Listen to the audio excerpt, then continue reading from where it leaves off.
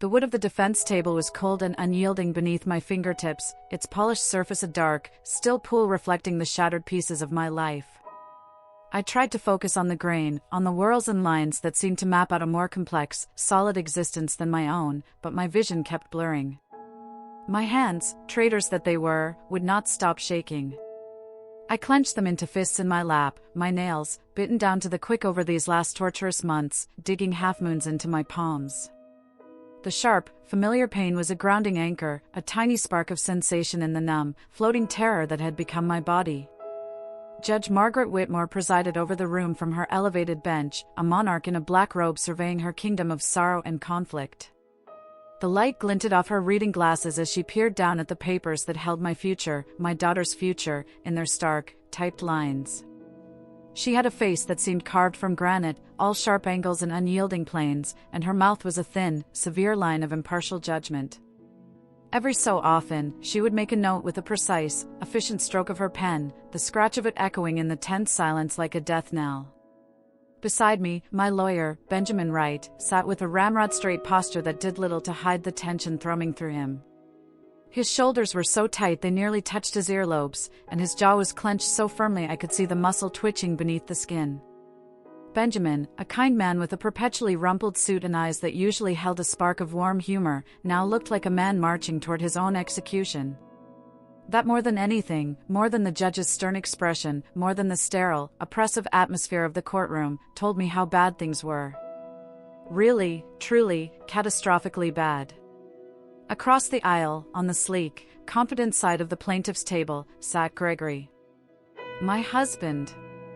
Or rather, my soon-to-be ex-husband. He looked like he'd stepped out of a magazine spread on successful, sophisticated executives. He wore his best suit, the navy blue Tom Ford I had helped him pick out for his promotion to Vice President of Finance last year. I remembered that day with a painful clarity that felt like a physical blow. The pride in his eyes, the way he'd spun me around in the dressing room, his whisper hot against my ear, "We did it, Audrey. Together." The memory was a ghost, a cruel parody of the man sitting before me now. His lawyer, Vincent Palmer, was a different species altogether from Benjamin. Where Benjamin was rumpled warmth, Vincent was polished ice. His suit was a darker, more severe shade of charcoal, his tie a perfect, tight knot, his silver hair swept back from a forehead that seemed permanently furrowed in disdain.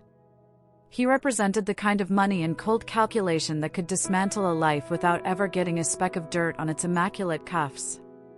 Gregory caught me staring. He didn't look away or offer a flicker of remorse. Instead, the corners of his mouth curled into a small, cold smile. It wasn't a smile of shared memory or bittersweet acknowledgement. It was a smile of satisfaction. A predator's smile. It sliced through the last of my composure, and I felt my stomach clench, a wave of nausea so potent I had to swallow hard against the bile rising in my throat. How had we gotten here? How had the man I'd loved for 8 years, the man I'd built a life and a family with, become this cold-eyed stranger who seemed to derive pleasure from my destruction? Judge Whitmore cleared her throat, the sound sharp and authoritative in the hushed room. The few spectators, reporters, law students, the morbidly curious, leaned forward almost in unison. Based on the evidence presented over the past 3 weeks, she began, her voice dry and precise, this court has serious concerns about Ms. Bennett's ability to provide a stable and nurturing home environment for the minor child, Hannah Bennett. Each word was a hammer blow, landing with brutal force against my already bruised soul. Serious concerns. Unstable. Unfit. The labels, so foreign and hateful, clung to me like tar. I gripped the edge of the table, my knuckles bleaching to a bloodless white, as if I could physically anchor myself against the tide of injustice threatening to sweep me away.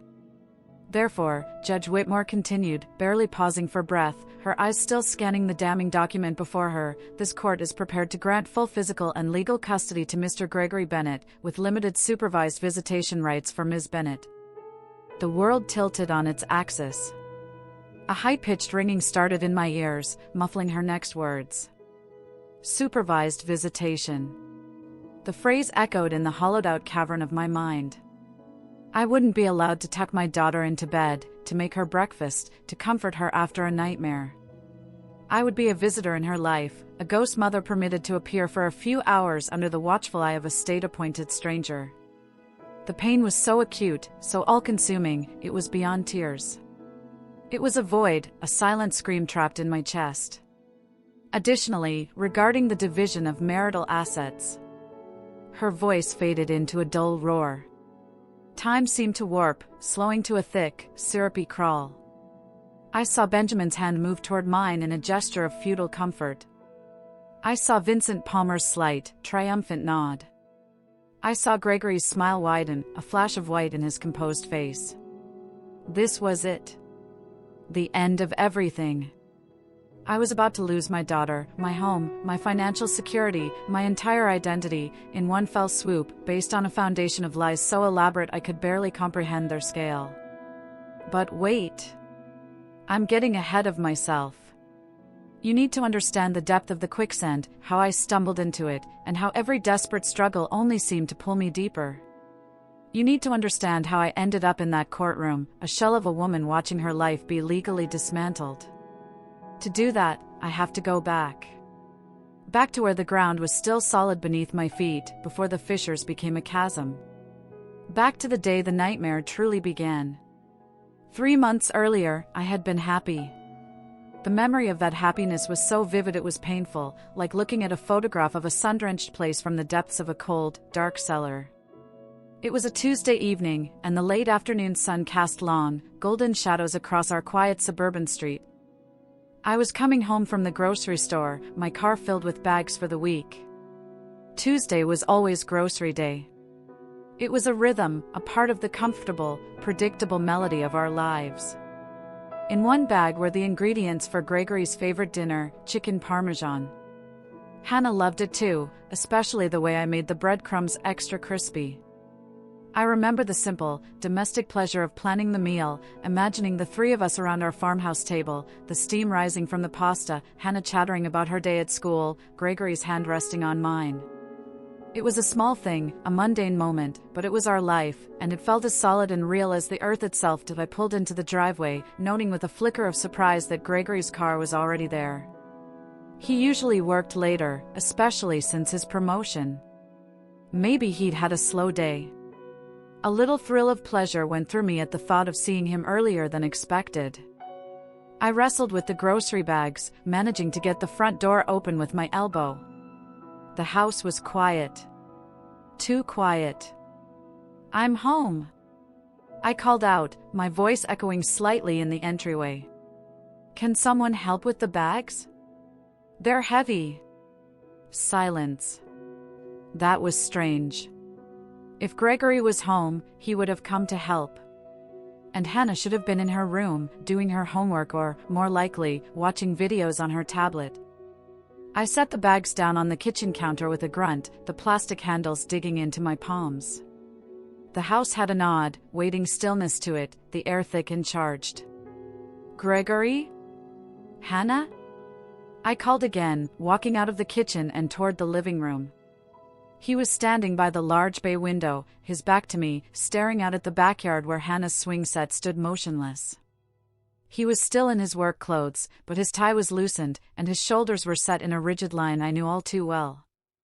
It was the posture he adopted when he was stressed about a big account, or when we'd had a rare argument. A cold knot of dread began to form in my stomach.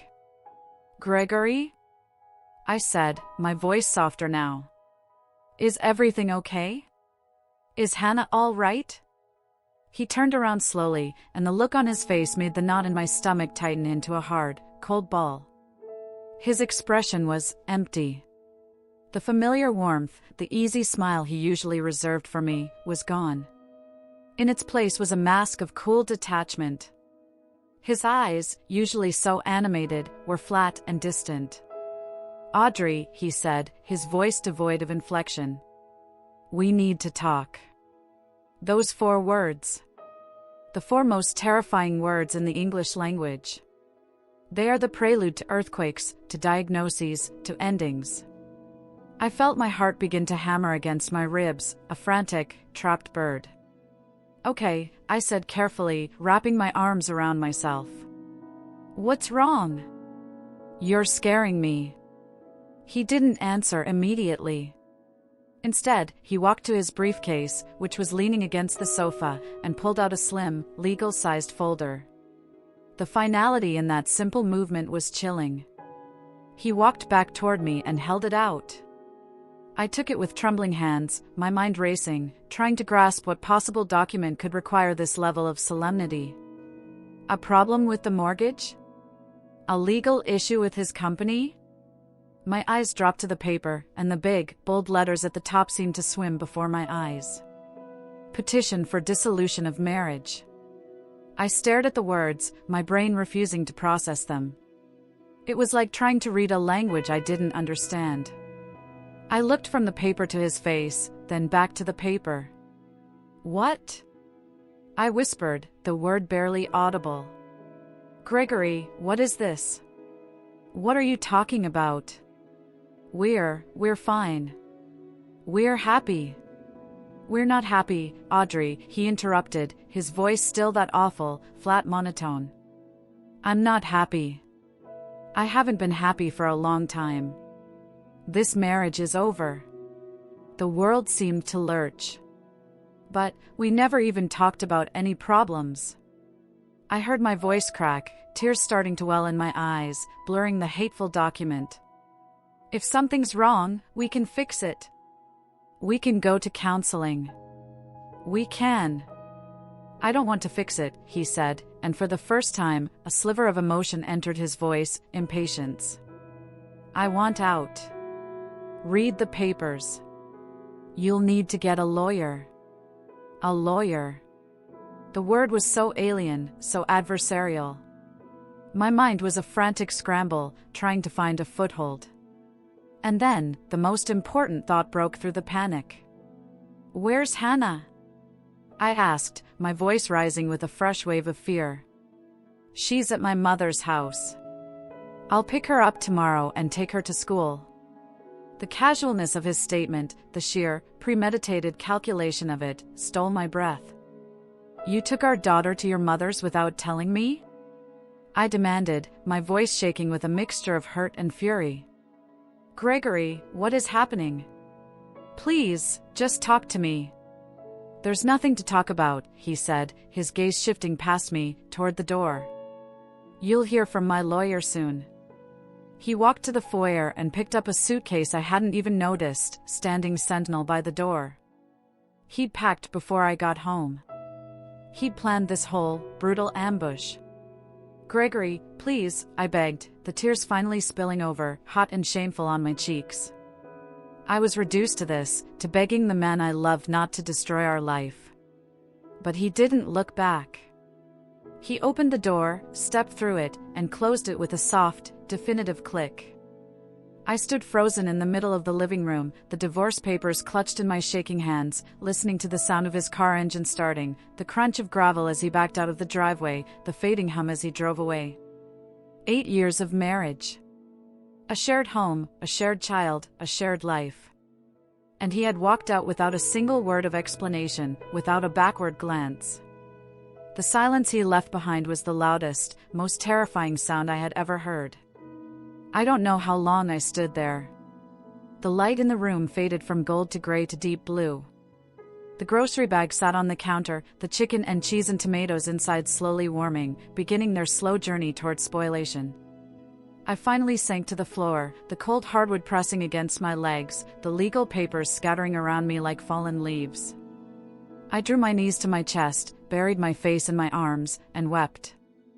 I wept for the past that had been a lie, for the present that was a waking nightmare, and for a future that had just been ripped away. This was not a misunderstanding. This was not a rough patch. This was the end. And I was completely, utterly alone. The next few days passed in a blur, a hazy, underwater world where sound was muffled and time had no meaning. I moved through the empty house like a ghost, performing the motions of life on autopilot. I called in sick to my small catering business, Audrey's Appetites, canceling the 2 small events I had scheduled. The thought of handling food, of putting on a cheerful face, was impossible. Gregory didn't answer his phone. Not the first time I called, sobbing and desperate, nor the 10th time, when my voice was hoarse with anger and confusion. My texts went unanswered, a string of plaintive green bubbles in the void. Please, we need to talk. What did I do? At least tell me why. Gregory, Hannah needs us. Silence. The first real test came on Wednesday afternoon. Hannah. I had to see my daughter. I drove to her elementary school, my heart a frantic drum in my chest, and waited at the familiar pickup spot. When the bell rang and children streamed out, a chaotic river of brightly colored backpacks and laughing voices, I scanned the crowd frantically for her familiar face, her dark pigtails. I saw her. She was walking slowly, her head down, her backpack looking impossibly large on her small frame. She wasn't running or skipping like the other kids. When she saw me, her face crumpled, and she ran the last few feet, throwing her arms around my waist and burying her face in my coat. Mommy, she wailed, her small body shaking with sobs. Why did Daddy move out? He said he has a new apartment. Why doesn't he love us anymore? The raw pain in her voice was a physical wound. I knelt down, holding her tight, breathing in the familiar scent of her shampoo, strawberries and sunshine, a scent that was now tainted with sorrow. Oh, baby, no, I whispered, my own tears falling into her hair. Daddy loves you. He loves you more than anything in the whole world. This has nothing to do with you. It was a lie, but a necessary one. A child's world is egocentric, she would inevitably blame herself. Sometimes grown-ups need some space. Daddy and we're just figuring some things out. It was a pathetic, cliched explanation, and the look in her wide eyes told me she didn't believe it. How could she? I didn't believe it myself. That night, and for the next week, Hannah cried herself to sleep. I would tuck her in, read her a story, sing her favorite song, and she would cling to me, her tears soaking her pillow. After she finally drifted into a fitful sleep, I would retreat to my own room, the room that now felt vast and empty without Gregory's presence, and cry my own silent, gut-wrenching sobs into my pillow, making sure the sound was muffled so she wouldn't hear. A fragile, desperate hope still flickered within me. This was a mistake. A breakdown. The stress of his new position had gotten to him. He was having a midlife crisis. He would come to his senses. He would show up at the door, contrite and confused, and we would work through it. We had to. The alternative was unthinkable. But he didn't come back.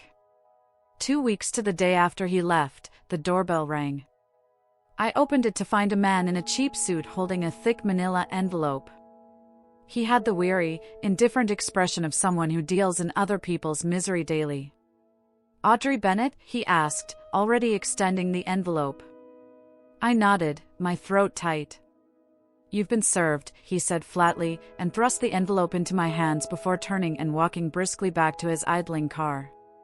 The words were so clinical, so final. Served. Like I was a criminal. I carried the envelope to the kitchen table as if it were radioactive, my hands trembling. Hannah was at school. The house was silent. I took a deep, shuddering breath and slid the contents out onto the table. What I saw made the world drop out from under me all over again. This wasn't just a simple petition for divorce. This was a declaration of war. Gregory wasn't just asking to end our marriage. He was accusing me of being an unfit mother. The papers, filled with dense legal jargon, alleged a litany of horrors. That I was emotionally unstable and prone to fits of rage and deep depression. That I was financially irresponsible, spending recklessly and jeopardizing our family's security. That I created an unsafe, chaotic, and neglectful home environment for our daughter. He was demanding full physical and legal custody of Hannah. He wanted the house. He wanted both cars. He wanted all of our savings and investments. He was asking for me to pay him child support and alimony. I read the words over and over, my vision blurring, the papers rattling in my violently shaking hands. None of it was true. Not a single, solitary word. I was a good mother. I loved Hannah with a ferocity that was the very core of my being. I managed our household budget with care, clipping coupons, planning meals, saving for Hannah's college fund. Our home was clean, safe, and until 2 weeks ago, had been filled with love and laughter. Where were these monstrous lies coming from? Why was Gregory doing this? This was more than just wanting out of a marriage. This was a systematic, malicious attempt to annihilate me. Panic, cold and sharp, seized me. I needed a lawyer. Now. I grabbed my phone and the phone book, my fingers fumbling as I turned the pages to the attorney section. I started calling, my voice trembling as I explained my situation. I've just been served, my husband is asking for full custody, he's saying terrible things that aren't true. Rejection after rejection. They were too busy. They didn't handle contentious custody cases. One firm quoted me a retainer fee that was more than I made in 3 months. I was on the verge of hysterics when I finally got through to a man named Benjamin Wright. His receptionist put me through when I started crying. Mrs. Bennett, a calm, kind voice said on the other end of the line. Why don't you come to my office this afternoon? Let's talk. Benjamin Wright's office was in a modest building downtown, not the gleaming steel and glass towers where I imagined Vincent Palmer resided. The waiting room was comfortable but dated, with worn carpet and chairs that had seen better days. It felt real, unpretentious. Benjamin himself matched his surroundings. He was a man in his late 50s, with a comfortable paunch, a head of thinning, sandy hair, and eyes that crinkled at the corners. He wore a slightly rumpled suit, but his handshake was firm and his gaze was direct and intelligent. He took one look at my pale, tear-stained face and gestured me to a chair, pouring me a glass of water from a pitcher on his desk before he even sat down. Now, he said, settling into his own worn leather chair. Start from the beginning. I handed him the thick stack of papers, my hands still unsteady. He read through them slowly, his expression growing graver with each page. He would occasionally make a soft hum sound or jot down a note on a legal pad. The silence in the room was heavy, broken only by the rustle of paper and the frantic beating of my heart. Finally, he set the papers down and looked at me, his kind eyes now filled with a deep, professional concern. Mrs. Bennett, he began, steepling his fingers. I'm not going to sugarcoat this. Your husband has built what appears, on paper, to be a comprehensive and damning case against you. He claims to have evidence supporting these accusations, bank records, witness statements, even an expert psychological evaluation. He's coming at you with everything he's got. This isn't just a divorce, it's a custody battle, and from the looks of it, he's aiming for a knockout blow. The room seemed to sway. But none of it's true, I whispered, the words sounding pathetic and small. He's lying. All of it. Why would he lie like this? Benjamin leaned forward, his expression somber. That, Mrs. Bennett, is the multi-million-dollar question. And we need to figure it out, and we need to figure it out fast. Cases like this, where one spouse makes such serious, out-of-the-blue accusations, they don't come from nowhere. This kind of planning takes time. Your husband has been constructing this narrative for a while. The question is why, and what this so-called evidence he has actually is. That's when the dam broke. The professional, clinical way he laid out the horror of my situation finally shattered the last of my composure. The sobs came then, great, heaving waves of them, racking my entire body. I cried for the betrayal, for the fear, for my daughter, for the life that was being stolen from me. I cried because I was terrified, and I had no idea how to fight this monstrous, invisible enemy. Benjamin didn't try to stop me or offer empty platitudes. He simply handed me a box of tissues and waited patiently, his presence a steady anchor in the storm of my grief. When the tears finally subsided into hiccuping shudders, and I could breathe again, he began asking questions in a soft, methodical tone. How long had we been married? Did Gregory have a history of anger or violence? Had there been any previous arguments about money or parenting? Any infidelity on either side? I answered everything as honestly as I could. No, Gregory had never raised a hand to me. We argued, of course, but they were minor spats about whose turn it was to do the dishes or how to discipline Hannah. Nothing that would hint at this level of resentment or deception. I thought we were happy. I truly did. Our marriage wasn't a fairy tale, but it was solid. Or so I'd believed. Mrs. Bennet, Benjamin said, his voice gentle but firm. I need you to prepare yourself for a difficult fight. The kind of accusations he's making, they leave a stain, even when they're proven false. We are going to fight this with everything we have, but you need to understand the landscape. He has the advantage of surprise, and from the looks of it, significant financial resources. I left his office an hour later, the retainer agreement signed, feeling more alone and terrified than ever. The world outside, the ordinary people going about their ordinary days, seemed like a bizarre pantomime. How could life just continue when mine had been blown apart? I tried calling Gregory one more time from the car. It went straight to voicemail.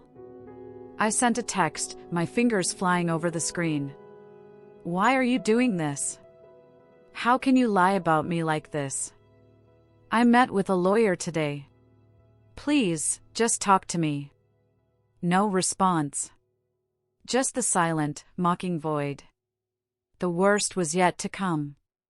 It was waiting for me at the bank. The silence in our house was no longer just an absence of sound, it was a physical presence, a heavy, suffocating blanket that smothered joy and hope. Hannah moved through the rooms like a little ghost, her usual buoyancy replaced by a quiet solemnity that broke my heart. She spent more and more time in her room, and when I'd peek in, she'd often be sitting on her bed, not playing, just staring into space or fiddling with her old, cracked tablet.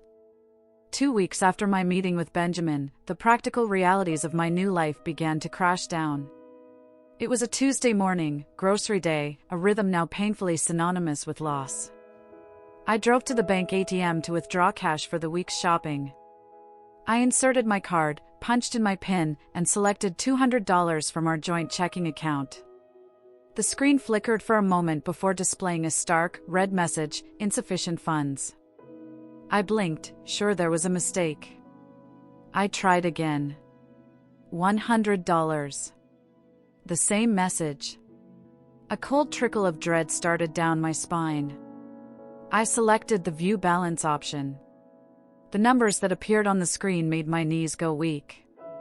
Checking account balance, $347.82. Savings account balance, $812.55. That was impossible.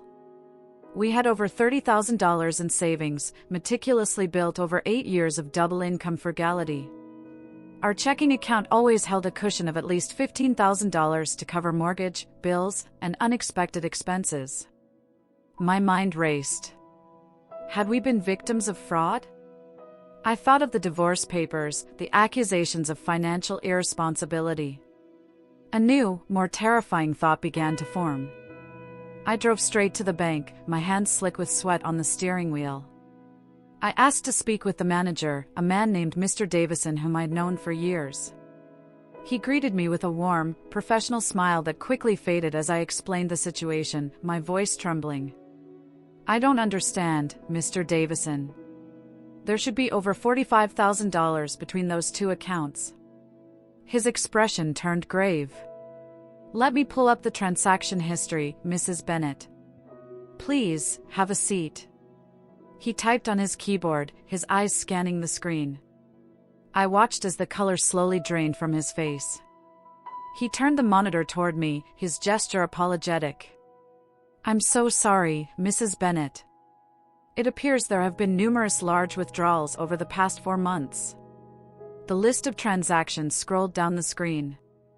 It was a systematic dismantling, $5,000 transferred to an account named G. Bennet, separate, $3,000. Another $5,000, $2,000. The dates were a relentless timeline of betrayal, happening on days I remembered as perfectly normal, days we'd had family dinners, days he'd kissed me goodbye before work. The final, massive transfer of $10,000 had been made the day after he served me the divorce papers, emptying the savings account down to its pathetic remainder. "These are joint accounts," Mr. Davison said, his voice soft with genuine sympathy. "Legally, Mr. Bennett had every right to make these withdrawals, even without your knowledge or consent." I sat in the stiff leather chair, feeling as if I'd been physically punched. The air left my lungs in a whoosh.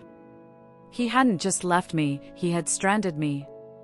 He had been planning his escape for months, pretending everything was fine, coming home every night, kissing me hello, playing with Hannah, all while secretly draining the lifeblood from our family, siphoning our security into accounts I couldn't touch. The sheer, cold-blooded calculation of it was beyond comprehension. I stumbled out of the bank and into my car, where I finally let the tears of rage and sheer terror fall. I called Benjamin, my voice a raw, broken thing. "He took everything, Benjamin. All of it. He's been emptying our accounts for months." I heard Benjamin swear under his breath, a low, vehement sound. "Audrey, I'm so sorry. That changes the financial landscape entirely. You'll need money to fight this custody battle. He's just stolen the war chest. Do you have family you can borrow from?" My parents were gone. My mother was elderly and lived on a fixed Social Security income. I had friends, but asking to borrow thousands of dollars felt impossible, a humiliation on top of the devastation. I'll figure something out," I whispered, the lie tasting like ash in my mouth. That evening, I had to call my mother. Swallowing my pride, I explained the situation. She was silent for a long moment before she said, "I have $3,000 in my savings, Audrey. It's yours. I'll wire it tomorrow." The generosity, from someone who had so little, shattered what was left of my composure. "Mom, I can't take your life savings." "You can, and you will," she said, her voice firm with a maternal ferocity I hadn't heard in years. "That little girl needs her mother. You fight, do you hear me?" I accepted the money, the weight of it a heavy stone of guilt in my stomach. It was enough for Benjamin's next payment and to keep the lights on for a little while, but the fear was a constant, gnawing companion. I started falling behind on the electric bill. The phone company sent a final disconnection notice. I bought the cheapest, most filling food I could find, rice, beans, pasta, and told Hannah we were on a fun, cooking adventure, trying new recipes. She saw through it, her eyes too old and knowing for her 9 years. The only time I saw Gregory during this period was a brief, chilling encounter when we both arrived to pick up Hannah from school. He was already there, leaning against his sleek Audi, looking relaxed and prosperous. Hannah ran to his car to get her backpack. He looked at me across the parking lot, his expression one of detached curiosity, as if I were a minor inconvenience, a piece of litter on his otherwise pristine path. Seizing the moment, I walked over, my heart hammering against my ribs. "Why are you doing this, Gregory?" I asked, my voice low and tight. "If you want a divorce, fine. But why are you lying about me? Why are you trying to take Hannah away from me?" He didn't even flinch. He just offered me that same cold, satisfied smile I'd seen in the courtroom. "You'll find out in court." Then he opened the car door for Hannah, got in, and drove away, leaving me standing alone in a cloud of exhaust fumes, the echo of his words feeling like a death sentence. The court date arrived with the grim inevitability of a storm. Benjamin did his best to prepare me, running through potential questions, advising me on how to comport myself, but I could see the deep-seated worry in his eyes. We were David, but Goliath wasn't just bigger, he had bought the entire battlefield. The courtroom on the first day was intimidating. The high ceilings, the flags, the seal of the state, the solemn quiet, it was all designed to impress upon you the gravity of the proceedings. I wore my best dress, a simple navy shift I'd bought for a cousin's wedding, and tried to project a confidence I was miles from feeling. Judge Whitmore entered, and we all rose. She seemed sharp, intelligent, and utterly impartial. A small, foolish part of me hoped she would simply see through Gregory's facade. Then Vincent Palmer stood to give his opening statement. He moved with a predatory grace, his voice a cultured, resonant baritone that commanded attention. "Your Honor," he began, turning to include the entire room in his address, "this is a tragic case. It is the story of a father, a devoted, successful man, who is left with no choice but to rescue his only child from a toxic and unstable environment." He painted a portrait of me that was a grotesque funhouse mirror reflection of reality. I was emotionally volatile, my small catering business was proof of my financial flightiness and inability to hold steady employment, and my love for Hannah was recast as an unhealthy, smothering dependence. He spoke of documented incidents and expert testimony that would reveal a pattern of neglect and poor judgment that made me unfit for motherhood. I sat there, my hands clenched in my lap, listening to this monster he was constructing from lies and half-truths. I wanted to stand up and scream, to tear the lies down with my bare hands, but Benjamin had warned me. "No reactions, Audrey. The judge is watching you always." So I sat, a statue of forced composure, while my soul was being flayed open. Then Vincent dropped his first bomb. The petitioner calls Dr. Caroline Fletcher to the stand. A woman I had never seen before in my life walked confidently to the witness stand. She was in her early 40s, dressed in an immaculate, expensive-looking cream-colored suit, her blonde hair styled in a perfect, sharp bob. She took the oath with a serene smile, her posture radiating authority. "Dr. Fletcher," Vincent began, "could you please state your credentials for the court?" In a smooth, articulate voice, she listed her impressive CV, Ivy League education, licensed clinical psychologist, 15 years of experience, specialization in child and family psychology, hundreds of custody evaluations. "Dr. Fletcher, did you conduct a professional evaluation of the respondent, Audrey Bennett?" "Yes, I did," she said, her gaze sweeping over me without a flicker of recognition. My blood ran cold. I leaned urgently toward Benjamin. "I have never met that woman," I whispered, my voice trembling with panic. "Never. She has never evaluated me. This is a lie." Benjamin's face was a mask of concentration. He wrote Fletcher, fraud, on his legal pad and underlined it 3 times. Vincent led her through a devastating testimony. She described 3 separate sessions with me that had never happened. She quoted things I had never said, twisting my normal maternal anxieties into signs of pathological instability. She spoke of my flat affect, my apparent disassociation from the gravity of the situation, and diagnosed me with a generalized anxiety disorder that severely impacts parenting judgment, coupled with signs of clinical depression. She was creating a psychiatric profile of a woman on the edge, and she was doing it with such calm, professional certainty that it was terrifyingly believable. "None of this is true," I whispered again, my voice cracking. "How can she do this? How can she sit there and lie like that?" "I don't know," Benjamin murmured back, his jaw tight. "But I'm going to find out." When it was Benjamin's turn for cross-examination, he approached the stand calmly. "Dr. Fletcher, you testified that you conducted 3 evaluation sessions with Mrs. Bennett. Could you provide the specific dates and times of these sessions?" She didn't hesitate. She listed 3 dates over the past 2 months, complete with times, 2 in the evening, 1 on a Saturday morning. She even referenced notes she had brought with her. "Mrs. Bennett denies ever meeting you," Benjamin said firmly. "How do you explain that?" Dr. Fletcher offered a small, condescending smile, the kind a teacher might give a slow student. "It's not uncommon, Mr. Wright, for individuals in a state of denial or suffering from certain personality disorders to suppress or outright deny memories of therapy sessions, particularly when those sessions revealed uncomfortable truths about their mental state or capabilities." It was a masterstroke.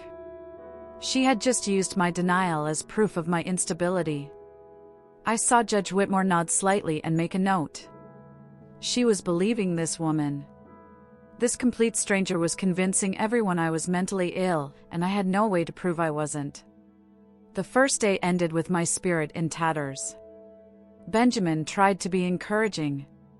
"We'll challenge her credentials, we'll subpoena her records," he said, but his words felt hollow. The seed of doubt had been planted in the judge's mind, and it was a weed that was already taking root. The following days were a descent into a special kind of hell. Vincent Palmer was a master tactician, and he systematically dismantled my life, piece by piece. He presented bank statements, highlighting purchases that were supposedly evidence of my reckless spending. A $300 charge at a day spa, a gift from Gregory for our anniversary, which he had insisted I enjoy. A $400 charge for a designer handbag, his birthday present to me last year, something he'd told me I deserved for being such a wonderful wife and mother. In the courtroom, stripped of their context, they became symbols of my irresponsibility. I had no receipts with his signature, no saved text messages saying, "Enjoy your spa day." I had trusted my husband. That trust was now the rope he was using to hang me. Then came the text messages. "Your Honor," Vincent announced, "I would like to present evidence of the respondent's deceptive and inappropriate communications." He displayed screenshots on the large courtroom screen. They were from my phone number to a contact saved as M.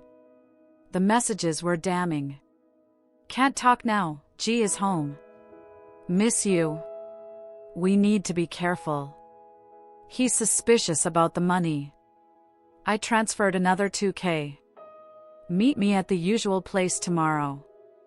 I stared at the screen, my mouth agape in sheer, unadulterated shock. "I never sent those," I said, my voice loud enough to draw a stern look from Judge Whitmore. "Mrs. Bennett, you will have your chance to testify," she warned.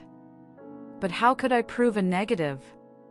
How could I prove I didn't send messages that, according to the phone records, came from my own number? I didn't understand the technology. I didn't know about spoofing apps or how to clone a phone. It was my word against a digital ghost. Benjamin immediately requested a continuance to bring in a technology expert to examine the records, but Judge Whitmore denied it. "The court's calendar is full, Mr. Wright. You've had access to these records for weeks." That night, I didn't sleep. I lay in the dark, the phantom glow of those fake text messages burned onto my retinas. The psychological evaluation, the financial records, the texts, Gregory had built an intricate, elaborate cage around me. Every lie was a bar, and I was trapped inside, screaming soundlessly while the world outside saw only the picture he had painted, the unstable, cheating, spendthrift wife. Hannah came into my room around midnight. "Mommy, why are you crying?" I hadn't even realized I was. I quickly wiped my eyes. "I'm just tired, baby. Come here." She climbed into bed and snuggled close, her small body a warm comfort against the icy fear in my heart. "Is Daddy going to take me away from you?" she whispered into the darkness. The directness of the question stole my breath. "No," I lied, my voice thick. "Everything is going to be fine." But the words felt like ash in my mouth. I didn't believe them anymore. Chapter 8. The torture of the trial continued. When I finally took the stand, I felt like a lamb led to slaughter. Benjamin's questions were gentle, allowing me to tell my story, to speak of my love for Hannah, to explain the context of the purchases, to deny the lies. For a few fleeting moments, I felt a glimmer of hope as I looked into Judge Whitmore's eyes and saw what I thought might be a flicker of understanding. Then Vincent Palmer stood for cross-examination. His demeanor changed instantly. The cultured baritone became a razor-sharp instrument of destruction. "Mrs. Bennett, isn't it true that you often left your daughter to her own devices while you focused on your catering business?" He made my business sound like a frivolous hobby. "No, that's not true. I worked from home specifically so I could be with Hannah before and after school." "But you were distracted, weren't you?" he pressed, his tone implying the answer was obvious. "Focused on your little business instead of your daughter's emotional needs." I balanced both. Hannah always came first. "Yet, according to these school records," he said, holding up a document, "Hannah missed several parent-teacher conferences that you failed to attend." I felt my face flush. Those were conferences that Gregory was supposed to attend. We divided them up. He went to some, I went to others. Vincent smiled, a shark smelling blood. So, you admit you did not attend all conferences. You allowed your husband to handle parenting responsibilities you should have taken care of. Every answer was twisted. Every explanation was used as a rope to tighten the noose. By the time I stepped down from the stand, I felt gutted, my credibility shredded. Benjamin called character witnesses. My sweet, elderly neighbor, Mrs. Chin, testified that I was a wonderful, patient mother and that Hannah was always clean, happy, and loved. My best friend, Patricia, passionately defended my character. But Vincent dismissed them as biased friends and neighbors who couldn't see the real you. Meanwhile, Gregory was the picture of a concerned, reluctant hero. On the stand, his voice dripping with fake sorrow, he spoke of his growing concerns for Hannah's well-being. He described coming home to a messy house and me being stressed and distracted. I tried to help her, he said, his eyes pleading with the judge to understand. I suggested therapy for what I believed was anxiety. I offered to take over more household responsibilities. But she refused all help. She insisted everything was fine, even when it was clearly not. I wanted to vomit. The audacity of the lies, the performance of it all, was breathtaking. The most devastating blow came during the second week. Vincent called Gregory back to the stand and presented a thick, black leather-bound journal. Mr. Bennett, can you tell the court what this is? It's a journal I've been keeping for the past 14 months, Gregory said, his voice heavy with feigned emotion. I started documenting concerning incidents with my wife because I was genuinely worried for our daughter's safety. Vincent read entries aloud. Dates and descriptions of arguments I barely remembered, twisted into epic battles where I was the aggressor. An entry about a time I was 10 minutes late picking up Hannah from school because of a flat tire became Audrey forgot about Hannah entirely, forcing her to wait alone, terrified, on the school steps. A Saturday when I had the flu and stayed in bed was recorded as Audrey spent the entire day in bed, unresponsive, leaving me to care for Hannah alone. Signs of profound depression. Some entries were complete fabrications. He wrote about me screaming uncontrollably at Hannah over spilled milk, about days when the house was in squalor, about me making bizarre, irrational financial decisions. The journal was a work of fiction, but it looked so real, so meticulously kept. The judge took notes, her expression growing increasingly grim with each entry. It was the final, crushing piece of evidence. It provided a long, documented history of my supposed decline, making all of Vincent's other accusations seem plausible. Benjamin did his best. Mr. Bennett, isn't it remarkably convenient that you just happened to keep detailed, contemporaneous notes for over a year before filing for divorce? I kept notes because I was concerned for my daughter, Gregory replied, his voice dripping with sincerity. I kept hoping things would improve, but they only got worse. Eventually, I realized I needed this documentation to protect my child. He sounded so reasonable. So caring.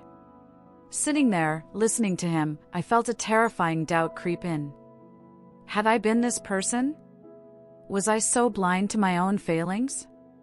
The gaslighting was so complete, so insidious, that it was beginning to work. That evening, I had my court-appointed supervised visit with Hannah at a local park.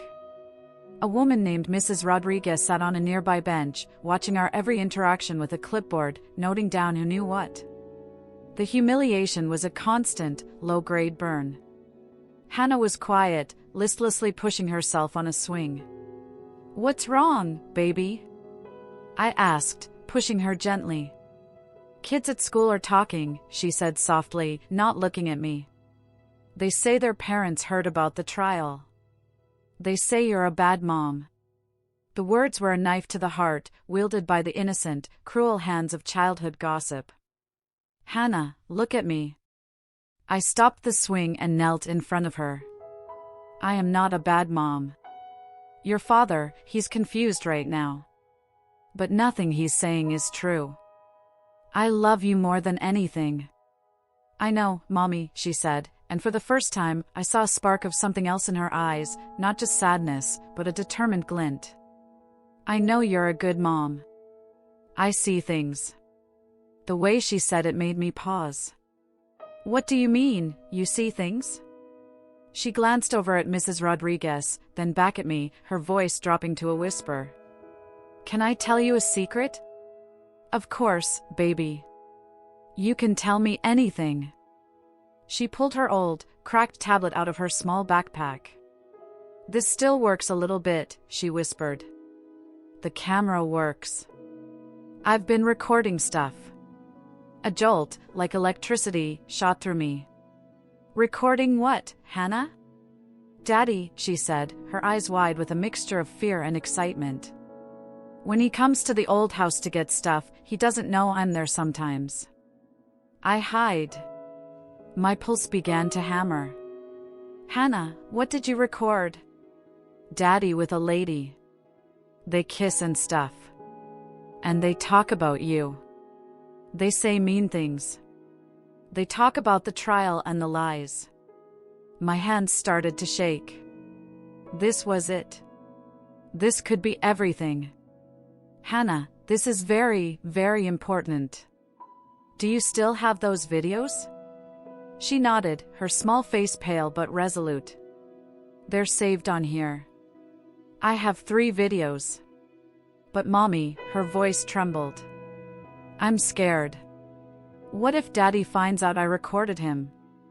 I pulled her into a fierce, tight hug, my mind reeling. He won't find out. You are so smart and so brave. I pulled back, holding her shoulders. Can you keep that tablet safe? Don't tell anyone else about it. Not anyone. Okay, Mommy. Okay. Mrs. Rodriguez called out that our time was up. I kissed Hannah goodbye, my heart thundering in my chest. As I watched her walk toward Gregory's car, he was waiting, oblivious.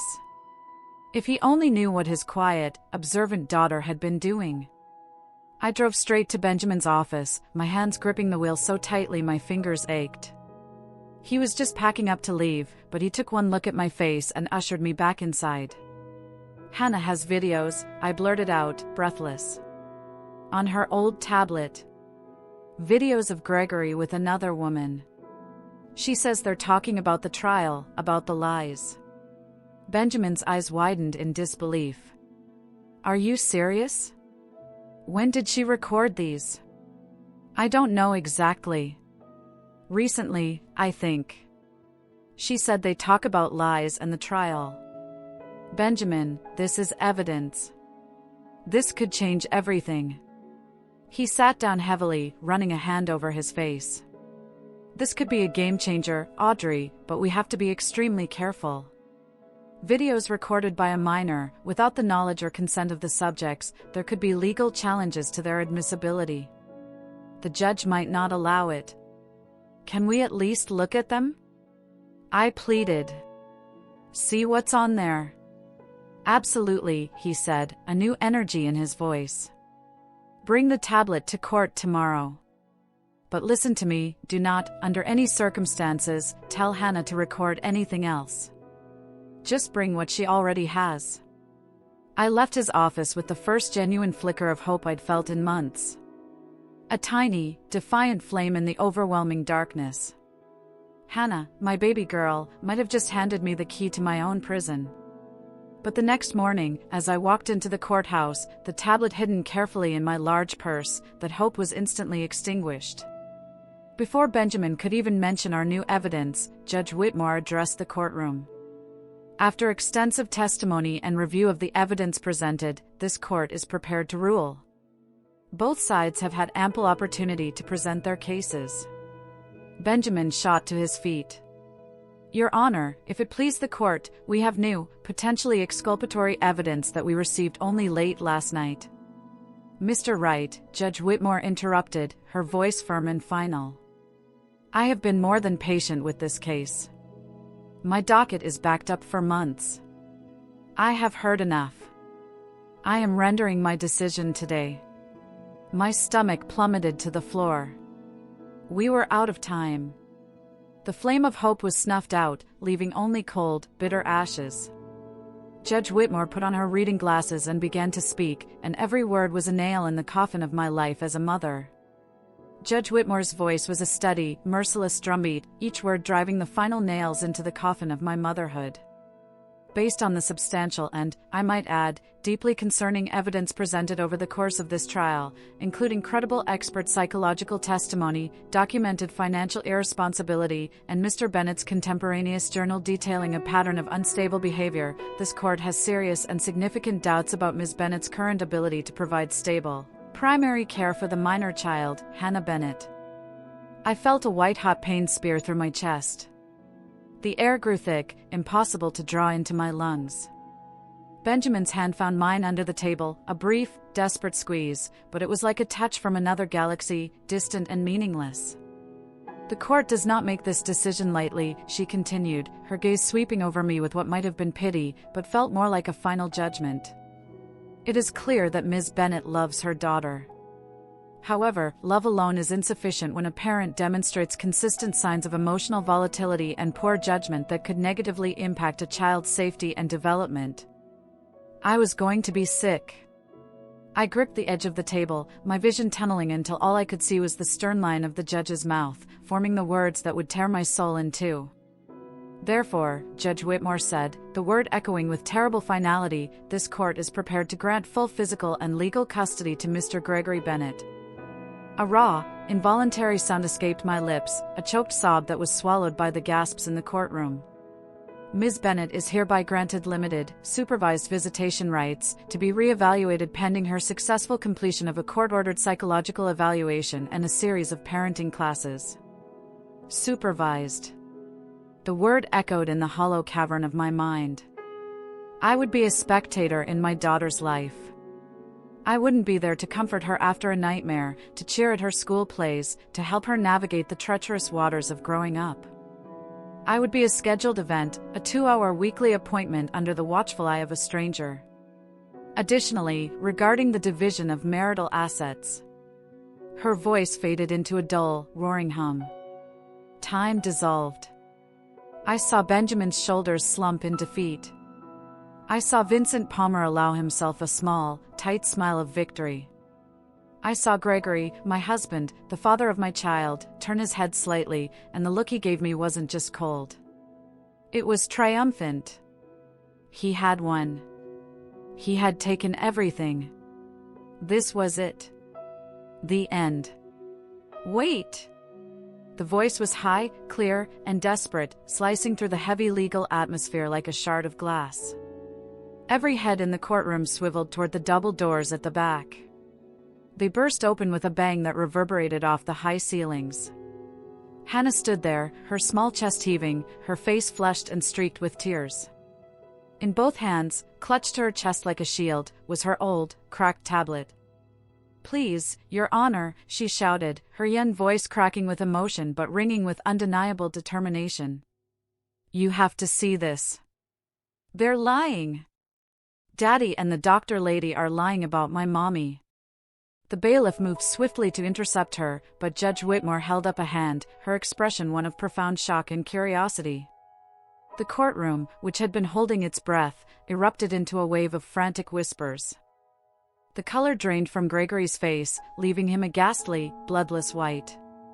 Dr. Fletcher, who had been sitting inconspicuously in the back row, stood up so quickly her chair scraped loudly against the floor. She began edging toward the exit. "Bailiff," Judge Whitmore commanded, her eyes narrowing, "see that Dr. Fletcher remains in the courtroom." Then her gaze returned to Hannah. "Approach the bench, child." Hannah walked forward on unsteady legs, the eyes of the entire room upon her. I wanted to run to her, to shield her from this, but I was frozen, a statue of hope and terror. Vincent Palmer was on his feet. "Your Honor, this is highly irregular and inappropriate. A minor cannot interrupt court proceedings with whatever that is. This so-called evidence was obtained without consent, likely illegally. I move to have this entire disruption stricken from the record." Benjamin was up just as fast, his voice booming with a newfound power. Your Honor, if this child has evidence of a conspiracy to commit fraud and perjury in this very courtroom, the court has an ethical and legal obligation to review it. The integrity of your verdict is at stake. Judge Whitmore's sharp eyes moved from Hannah's pleading face to Gregory's panicked one, to Dr. Fletcher's ashen, guilty countenance. I saw the moment her judicial intuition overrode procedure. She had seen countless liars in her career, and she was seeing the truth now, written plain on their faces. I'm going to allow it, she declared. Bailiff, please connect that tablet to the courtroom display. I want everyone to see what's on there. Your Honor, I must object in the strongest possible terms. Vincent spluttered. Mr. Palmer, sit down, she snapped. If your client and his witness have nothing to hide, then they have nothing to fear. If they do, well, I believe in transparency. The bailiff took the tablet from Hannah's trembling hands. The next few minutes were an eternity. The old device was slow, the connection finicky. The silence in the room was absolute, a pressurized bubble about to pop. Gregory looked like a trapped animal. Dr. Fletcher had started to cry, soft, pathetic whimpers. Finally, the large screen at the front of the courtroom flickered to life. The bailiff navigated to the video files. There were 3, just as Hannah had said. He clicked on the first one. The video was shaky, the angle low and slightly obscured, as if the tablet was peeking from behind a stack of books on a shelf. But the image was clear enough. It was our living room. The date stamp in the corner was from 6 weeks ago. Gregory walked into the frame. Then Dr. Fletcher followed. They were laughing, a low, intimate sound. They sat on the couch together, their bodies angled toward each other, knees touching. Then Gregory leaned in and kissed her. It wasn't a peck. It was a long, deep, passionate kiss, the kind shared by lovers, not colleagues. A collective, sharp intake of breath filled the courtroom. When they parted, Dr. Fletcher nestled against him. I can't believe we've been sneaking around for almost a year now, she said, her voice clear on the audio. Your wife still doesn't suspect a thing.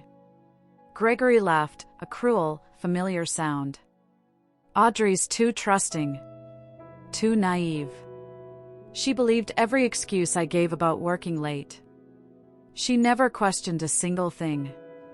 When did you know you were done with her? Dr. Fletcher asked, tracing a finger along his arm. I don't know if I ever really loved her, Gregory said, the casualness of the admission like a physical blow. I married her because it was the right thing to do at the time. But I've been miserable for years. At least now I get to escape and take everything with me. I heard gasps around me. I couldn't breathe. To hear him dismiss our entire life, our love, our family, so flippantly, it eviscerated me. So the plan is working? Dr. Fletcher asked. The evaluation I wrote, the judge believed it? That's the beauty of expert witnesses, Gregory said confidently. Nobody questions them. I was a little nervous testifying, she admitted. That whole report is completely fabricated. I've never even spoken to Audrey. If anyone checks my records. They won't, Gregory interrupted. Judges don't have time to verify every detail. You sounded professional. You have the credentials. That's all that matters. They kissed again. The fake text messages you created were genius, Dr. Fletcher murmured against his lips. How did you do that? Simple software I found online. Cost me $200. I created fake conversations from Audrey's phone number. Made it look like she was planning to hide money and having an affair. The tech stuff is easier than people think. And the journal? The one where you document all her supposed problems? Gregory chuckled, a smug, ugly sound. He held up the black journal for a moment. 14 months of creative writing. I made up half these incidents. The other half are real things that happened, but I just twisted them to make her look bad. Like that time her car broke down and she was late getting Hannah. In my journal, it's because she forgot about Hannah completely. Neglectful parenting. They both laughed. Actually laughed. Vincent says the journal is our strongest evidence, Gregory continued. It makes everything look documented and official. The judge keeps referencing it. Once you get full custody and all the assets, what happens to Hannah? Dr. Fletcher asked, a question I had been dying to ask. You're not really interested in being a full-time father, are you? Gregory shrugged, a gesture of such profound indifference it was monstrous. We'll ship her off to boarding school or have my mother take her most of the time. The custody fight isn't really about wanting Hannah. It's about making sure Audrey gets nothing. No daughter, no money, no house. If I let Audrey have custody, I'd owe child support. This way, she owes me. She'll be completely destroyed. Won't Hannah be upset? Kids are resilient. She'll adjust. And honestly, he said, his voice dropping to a confidential murmur that the microphone still picked up, I never really wanted to be a father anyway. That was Audrey's dream, not mine. I just went along with it. Dr. Fletcher snuggled closer. You know what I love about you? You're ruthless. You see what you want and you take it, no matter who gets hurt. That's how you succeed in life, Gregory said. Audrey wasted her whole life being devoted to me and Hannah. She gave up everything for us, which makes her the perfect victim. She has no career, no money of her own. When I'm done with her, she'll have absolutely nothing. She'll probably end up living with her elderly mother in some tiny apartment, broken and alone. And we'll be together, Dr. Fletcher said, kissing him again. Free and rich and happy. Exactly, Gregory concluded. This divorce is my ticket to freedom. Freedom from a family I never really wanted, from a wife who bored me, and I get to keep all my money while doing it. The video ended. The silence in the courtroom was deeper than any I had ever experienced. It was the silence of absolute, stunned revelation. I sat there, tears streaming down my face, but they were no longer tears of despair. They were tears of catharsis, of vindication, of a rage so pure it was almost holy. Every person in that room had witnessed the unvarnished truth. Judge Whitmore's face was a thundercloud. Her hands, gripping the edge of her bench, were white-knuckled. Bailiff, she said, her voice trembling with a fury I imagined she had spent decades learning to control, arrest Mr. Gregory Bennett and Dr. Caroline Fletcher. Immediately. They are not to leave this building. Call the police. I want them both in custody now. Gregory shot up from his chair, wild-eyed, but the bailiff was faster, grabbing his arm and forcing him back down. Don't make this worse, sir. Dr. Fletcher collapsed into her seat, sobbing hysterically. I'm sorry. I'm so sorry. He convinced me. He said it would be okay. I don't want to hear it, Judge Whitmore snarled. You committed perjury in my courtroom. You lied under oath. You helped orchestrate a fraud to destroy an innocent woman and separate a mother from her child. Sorry doesn't even begin to cover it. She turned her fiery gaze to Hannah, and her expression softened into something akin to awe. Young lady, she said, her voice much gentler, you are one of the bravest children I have ever encountered in my 3 decades on the bench. What you did today took incredible courage. You may have just saved your mother's life. Hannah, now that the adrenaline was fading, began to cry in earnest, tears of relief and fear. The judge gestured for her to come closer. How did you know to record them? I heard Daddy on the phone sometimes saying mean things about Mommy, Hannah said, her voice small but clear. I didn't understand all the words, but I knew he was being mean. So I started hiding my tablet when he came to the house. It looks broken, but the camera still works if you know how. I recorded them 3 times. You carried this secret for how long? 2 months, she whispered. I was so scared he would find out. You did exactly the right thing, Judge Whitmore said, her voice thick with emotion. You should be very, very proud of yourself. At that, Hannah broke away and ran to me. I stood and caught her, folding her into my arms, holding her as if I could absorb her back into my very soul. Her small body shook with sobs. I'm so sorry, Mommy, she cried into my shoulder. I should have told you sooner. No, baby, no, I whispered, kissing her hair, my own tears falling freely. You were perfect. You were so brave. You saved us. You saved us both.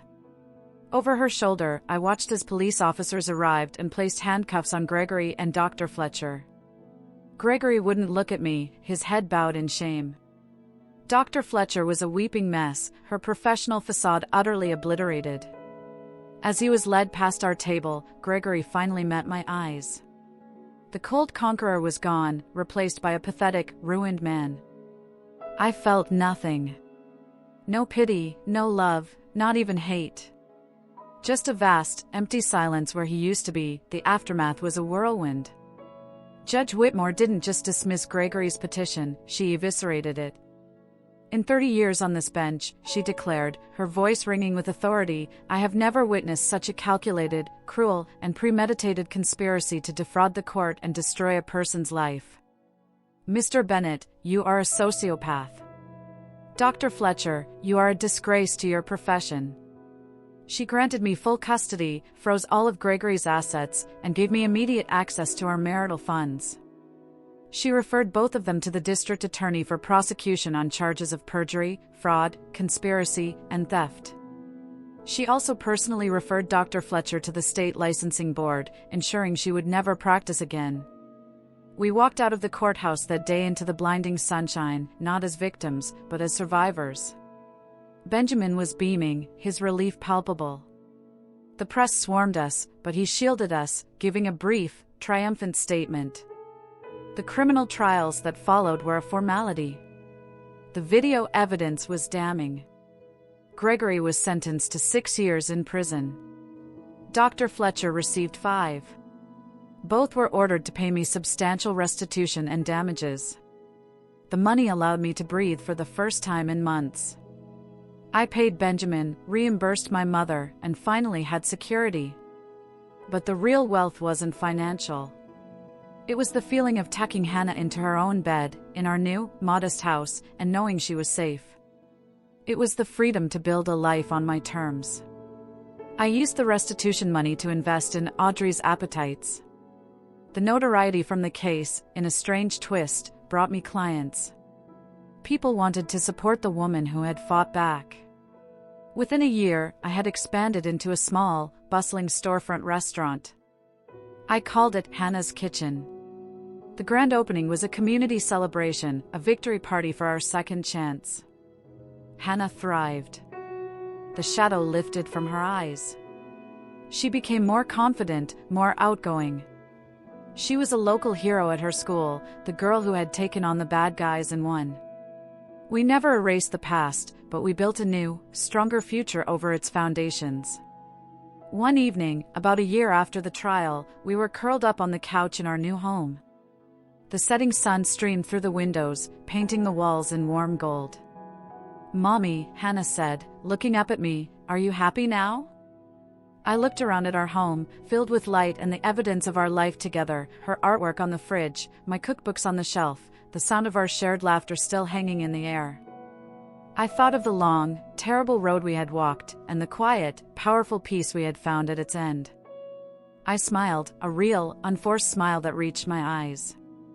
Yes, baby, I said, pulling her close. I really am.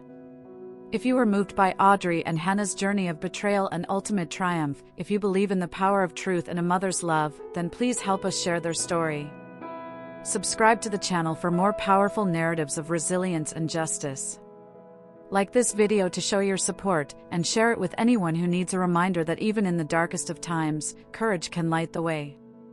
Thank you for watching. Your support means everything.